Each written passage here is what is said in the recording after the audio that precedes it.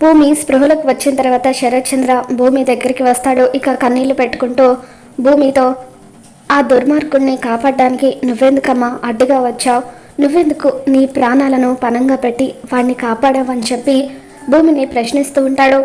ఇక ఆ రూమ్లో కృష్ణప్రసాద్, చెర్రీ ఇద్దరు కూడా ఉంటారు. రూమ్ బయట ఉండి గగన్, శారద భూమి మాటలు, శరత్ చంద్ర మాటలు వింటూ ఉంటారు.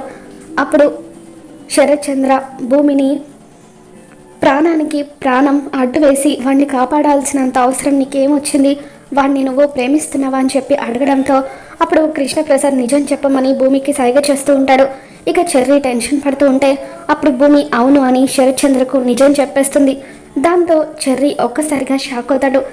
ఇక బయట ఉండి భూమి మాటలు విన్న గగన్ భూమి తనని ప్రేమిస్తుందన్న విషయం తెలుసుకొని కన్నీళ్లు పెట్టుకుంటూ ఉంటాడు. మరి ఈ వీడియో మీకు నచ్చినట్లయితే తప్పకుండా లైక్ చేయండి.